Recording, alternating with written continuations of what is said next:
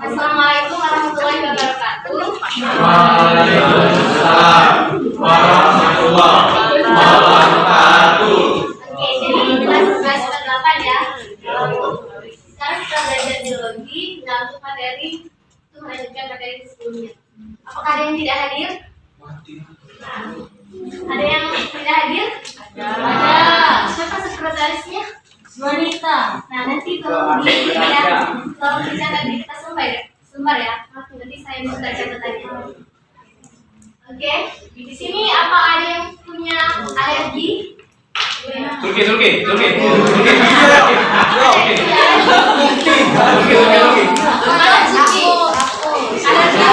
Alergi mundur. Alergi itu disebabkan apa kira-kira? Salah makan, sabun. Lagi? Ya.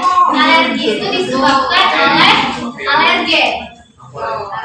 Alergen itu zat asing yang menyebabkan alergi, bisa dari makanan, bumbu dan lain-lain. Nah, ada alergi itu kan biasanya gatal-gatal ya. Nah, budaya Indonesia itu biasanya mengatasi hal tersebut dengan minum jamu. Kira-kira ada yang pernah minum jamu? Nah, yang pernah? Oh, pernah ya? Jadi tidak pernah? Pernah. Kira-kira kalau untuk yang gatal-gatal tadi jamunya itu biasanya memanfaatkan bahan apa?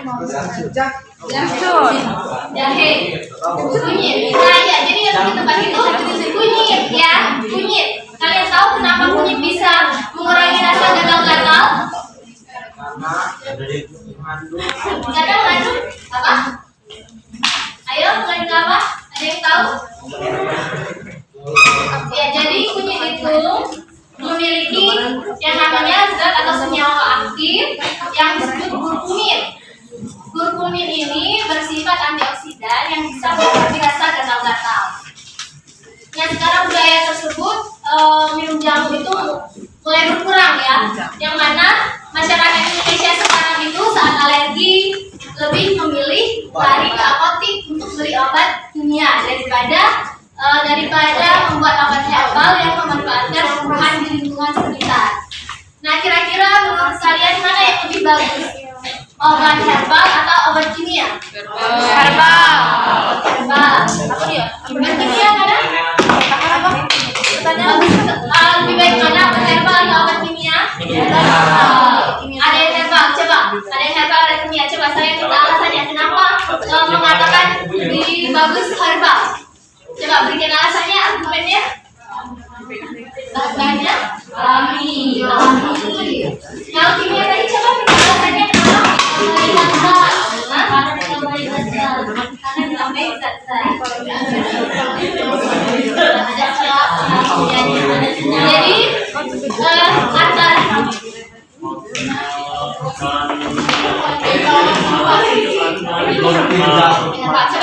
ya. Dari alami ada samping tapi ini lebih masuk meningkatkan imunitas tubuh. Kalau misalnya yang kimia efeknya besar memang ya, benar sekali ya kata Firja tadi. Kalau obat herbal itu dia tidak punya efek samping, namun efeknya itu proses berjalannya di tubuh kita itu membutuhkan waktu yang cukup lama dibanding obat kimia. Katanya tadi obat kimia memiliki efek samping. Nah, benar ya. Tapi balik lagi itu tuh kepada diri kita masing-masing dan tergantung tubuh kita sendiri ya. Jadi ada yang sebagian lebih manjur atau lebih efektif menggunakan obat kimia. Ada juga yang obat herbal. Jadi beberapa penelitian itu menyimpulkan bahwa itu tergantung kepada kita masing-masing. Jadi bebas kita memilih. Oke, sekarang kita lanjut untuk materi hari ini. Jadi itu mengenai gangguan sistem pertahanan tubuh. Gangguan ini ada 3. Ada gangguan imunodefisiensi, autoimun, dan alergi. Alergi itu di mana sistem pertahanan tubuh itu menanggapi secara berlebihan, menanggapi zat asing yang masuk itu secara berlebihan. Jadi misal nih ada 2 orang ya, ada yang tidak punya alergi dengan yang punya alergi.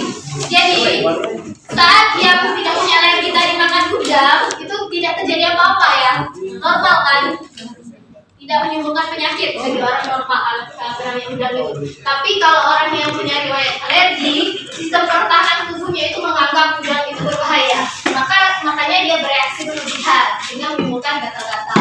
Bisa juga karena debu, karena bulu kucing, karena makanan dan lain-lain. Kita ke autoimun dulu.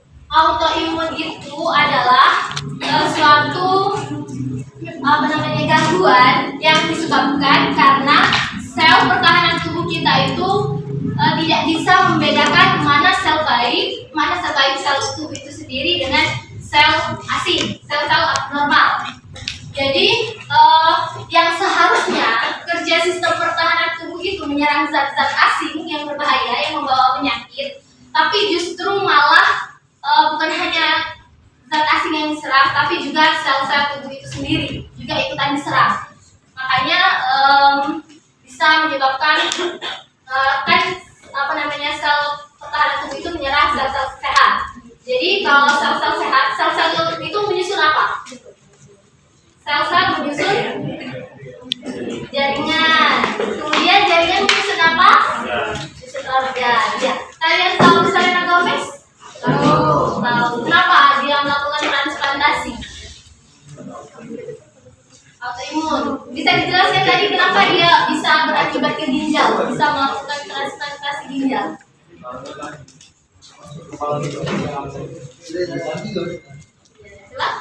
Coba lagi lebih kencang biar kawannya yang lain bisa dengar. Kalau kepala tubuhnya tuh menyerang sel-sel ginjal. Sel-sel ginjal. Sel-sel itu menyusun bukan hanya pada ginjal ya. Jadi tubuh kita itu dipenuhi oleh miliaran sel. Sel-sel ini membentuk jaringan. Bentuk jaringan bisa bentuk jaringan epiteli, jaringan otot jantung. Jaringan menyusun organ-organ. Organ-organ itu selain ginjal ada apa lagi? Ada jantung, ada lambung. Itulah makanya dia yang penderita autoimun itu bisa berakibat pada ginjal. Kemudian tadi alergi tadi sudah kita bahas. Kemudian ada lagi imunodefisiensi. Imunodefisiensi ini ada dua, ada primer, ada sekunder. Primer itu oleh faktor bawaan, kalau sekunder faktor bisa karena lingkungan, kebiasaan dan lain-lain. Nah, imunodefisiensi kalian tahu ada contohnya penyakit apa? Imunodefisiensi? Tahu apa itu? Tahu kepanjangannya? Kepanjangan X? Coba tahu coba yang di belakang coba. Habib tahu X? Nah ya, coba kalian bertiga. Tahu kepanjangan X? Iya. Tahu. Nah, coba jelaskan apa yang kalian ketahui dulu.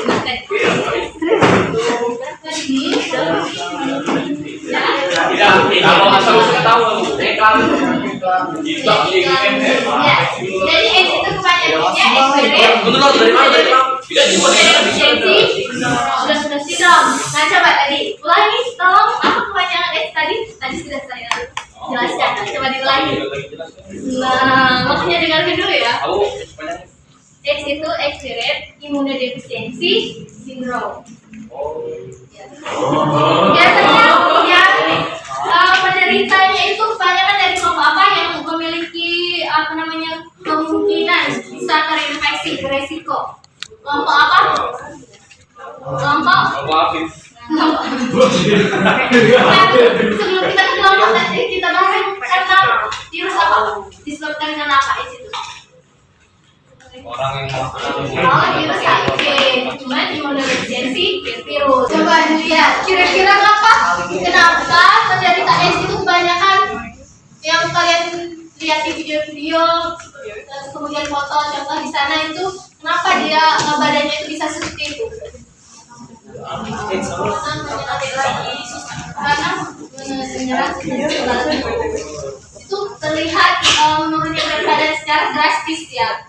Penderitanya itu jadi memiliki gejala-gejala menurunnya nafsu makan, kemudian mengalami diare yang serius, diare yang bisa berkepanjangan, kemudian juga nafsu makan sehingga kekebalan tubuhnya menurun secara drastis. Kelompok yang rentan terinfeksi AIDS ini adalah dari kalangan LGBT. Tahu LGBT? Tahu. Ada yang bergabung di komunitas tersebut?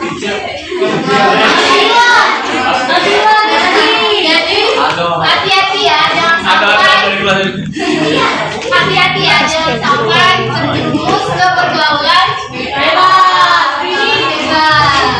LGBT. Tahu kepanjangan siapa? Tahu kepanjangan LGBT? Lesbi.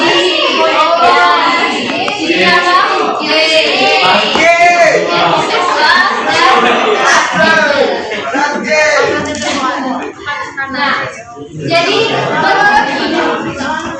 bisa saya lanjutkan. Jadi menurut penelitian hasil di Amerika lebih dari 50%-nya itu penderitanya itu berasal dari LGBT. Terus kasus AIDS di Indonesia sendiri hingga tahun 2020-an itu sudah tercatat 37.000 kasus. Nah, banyak juga ya. Tahu bagaimana penyerapan, bagaimana bagaimana penyebaran AIDS ini, bagaimana caranya? Karena seks bebas ya, karena virusnya bisa keluar dari hubungan, karena sering kontak hubungan, kontak Selain AIDS juga ada yang lain ya. Apalagi kira-kira selain AIDS? HIV. Maksudnya kita kalau bahas sudah ya, kita lanjut ke penyakit lain. Apalagi kira-kira dari imunodeficiency. Ada leukemia ya. Leukemia. Nah, ada beberapa penyakit yang mematikan ya. Leukemia itu disebut juga kanker darah. Ini disebabkan karena terlalu banyaknya produksi sel darah putih atau leukosit. Jadi sesuatu yang berlebihan itu tidak bagus ya bagi tubuh ya. Harus seimbang antara sel darah merah dan imunodeficiensi. Selain itu ada apa lagi? Hepatitis. Hepatitis. Penyakit kuning dadanya disebut ya, karena gejalanya itu bisa gejalanya itu kulit menjadi kuning kadang-kadang, terus mata juga kelihatan kuning. Hepatitis ini disebabkan oleh virus apa? Iya, sesuai dengan namanya. Jadi disebabkan oleh virus hepatitis. Hepatitis ini ada 5. Ada hepatitis A, B, hepatitis C, D, E. Faktor-faktor ya. Faktor-faktor yang mempengaruhi alergi itu ada beberapa.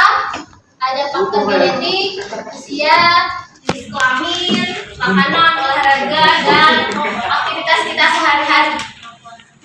Jadi genetik itu kalau seandainya orang tua kita memiliki riwayat penyakit, misal penyakit asma, penyakit diabetes, itu anaknya bisa memiliki kemungkinan terkena penyakit yang sama dengan yang diderita oleh orang tuanya. Kemudian ada usia. Usia ini juga berpengaruh terhadap sistem pertahanan tubuh. Di antara bayi yang lahir prematur dengan bayi yang lahir 7 bulan itu apa perbedaannya? Perbedaannya apa sih? Lebih kecil. Kondisi apanya tadi? Kekebalan tubuhnya yang prematur. Ya, kenapa? Kenapa bayi prematur sistem pertahanan tubuhnya lemah? Iya, karena belum siap untuk dilahirkan. Jadi bayi yang prematur itu kan bayi yang lahir di bawah 9 bulan, ya. Jadi kenapa dia itu tubuhnya itu organ-organnya, sistem pertahanan tubuhnya itu belum sepenuhnya siap, sepenuhnya, sehingga dia sistem pertahanan tubuhnya itu lemah. Makanya kalau bayi yang prematur itu biasanya langsung disiapkan antibiotik oleh dokter.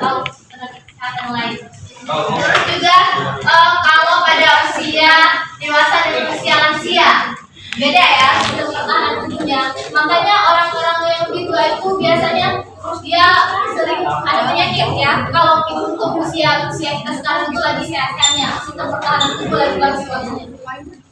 Kemudian ada lagi makanan. Jadi kita harus memilih makanan yang bersih ya, jangan jajan sembarangan. Terus pola makannya juga harus teratur. Kemudian ada olahraga. Olahraga, kalau kita sedang olahraga teratur, tentunya juga kembang. Kemudian jenis kelamin juga mempengaruhi. Yang mana yang perempuan ini sistem pertahanan tubuhnya lebih lemah biasanya dibanding laki-laki kan, yang sering demam, yang sering apa biasanya perempuan ya. Jadi itu ada jam sampai itu mempengaruhi. Mungkin itu yang bisa saya sampaikan ya. Ada yang mau ditanyakan? Tidak ada ya. Kalau tidak ada kita lanjut ke pretest ya. Oke, nah sekarang itu kita mulai ini ya. Kita lewat quizzes ya, quiznya. Jadi kita lakukan secara bersamaan. Mulai.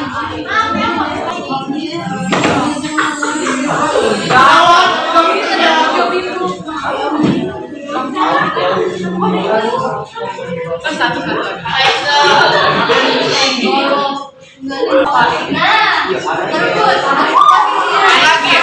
Loh, aku udah lagi ya?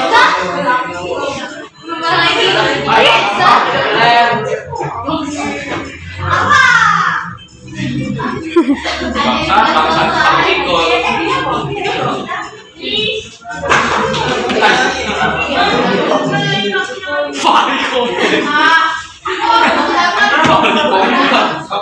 Nah, sekarang sudah semua ya.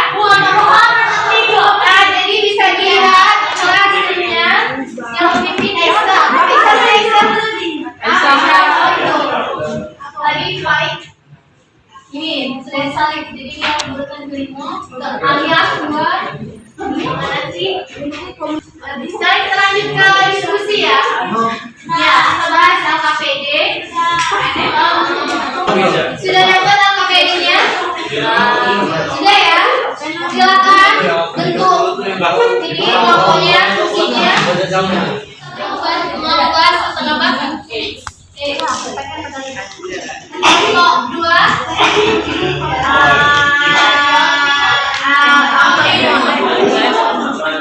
Kelompok 3-nya. Nih. Oke, silakan kalian diskusikan hasil diskusi kalian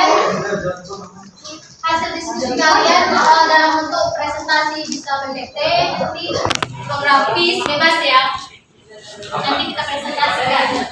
20 menit cukup untuk buat tugasnya? 1 jam. 30. 1 jam.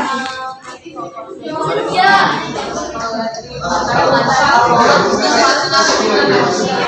Yang lain perhatikan ya, karena kan yang bahas teknik kelompok ini kalian kan bahasanya itu beda. Jadi perhatikan.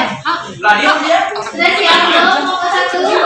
Assalamualaikum warahmatullahi wabarakatuh. Waalaikumsalam warahmatullahi wabarakatuh. Kami dari kelompok 1 ingin menjelaskan hasil presentasi kami tentang HIV dan AIDS. Jadi kesimpulannya dari HIV itu biasanya menyebar dengan bebas. LGBT untuk upaya mencegahnya mulai dari pengenalan yang sehat dan menjauhi hal-hal yang perlu dirumuskan. Ya,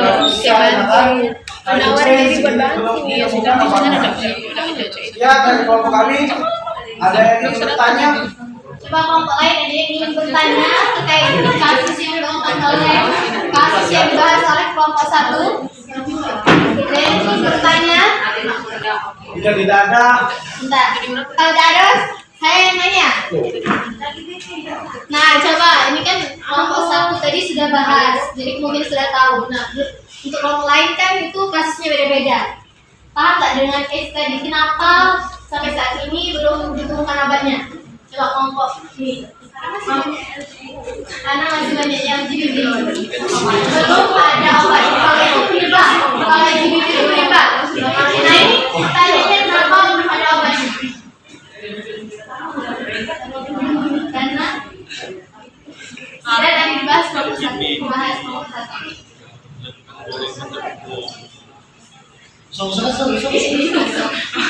Coba kenapa?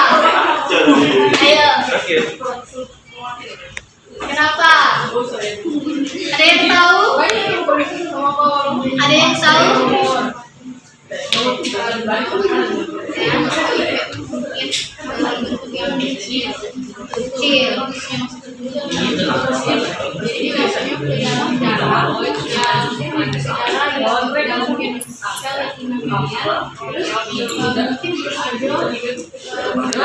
Buatan dari ilmiahnya untuk alat masuk ke dalam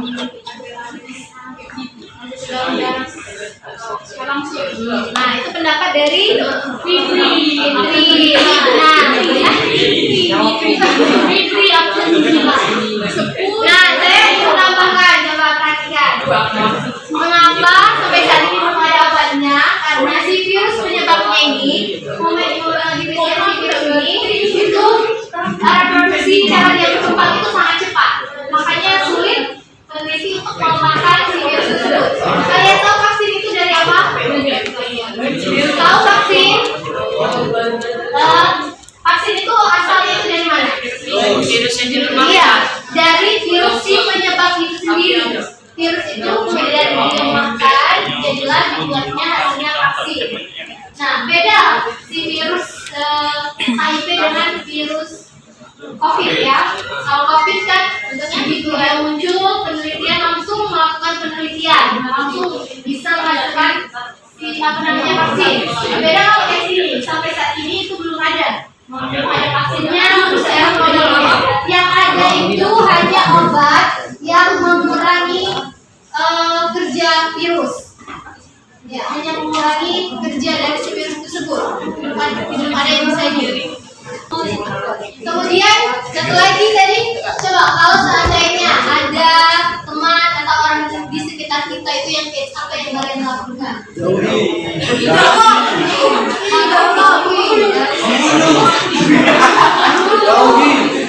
Jadi sikap kita itu kita harus dukung, kita harus beri support bahwa bisa sembuh ya. Karena kalau kita bergaul dengan si penderita itu tidak mudah bagi kita untuk tertular, karena cara penularannya itu melalui hubungan ya, melalui hubungan bebas, atau juga selain hubungan bebas itu karena menyebabkan apa lagi cara penyebarannya? Iya, suntik narkoba. Nah, itu jadi penyebab faktor utama dari itu.